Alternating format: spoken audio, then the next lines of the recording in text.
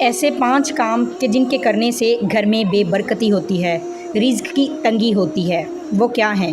سب سے پہلے اگر عورت گھر کا کوئی بھی کام بسم اللہ الرحمن الرحیم سے شروع نہیں کرتی، جیسے کچن میں جاتے ہوئے، کھانا پکاتے ہوئے بسم اللہ الرحمن الرحیم نہیں پڑھتی، گھر میں بے برکتی ہوتی ہے، رزق کی تنگی ہوتی ہے۔ دوسرا کام، صبح لیٹ اٹھنا۔ جن گھروں کی یہ روٹین ہے کہ رات کو لیٹ سوتے ہیں اور صبح عورتیں لیٹ اٹھتی ہیں، تو ان گھروں کا رزق بھی تنگ کر دیا جاتا ہے، کیونکہ صبح صبح فرشتے رزق بانٹتے ہیں۔ آپ صبح اٹھیں، نماز فجر پڑھیں، صبح جلدی اٹھنے کی روٹین بنائیے تاکہ رزق بھی کشادہ ہو، اس سے بھی رزق میں کشادگی ہوتی ہے۔ تیسرا کام، شرک کرنا۔ جو عورتیں شرک کرتی ہیں، یعنی شرک سے مراد یہ ہے کہ اللہ کے سوا کسی اور کے آگے جھکنا، جیسے کچھ عورتیں تعویذ دھندوں میں ملوث ہوتی ہیں۔ ایسا کوئی بھی کام کہ جس میں شرک کنیکٹڈ ہو تو اس سے بچیں، کیونکہ شرک ایسا گناہ ہے جس کو اللہ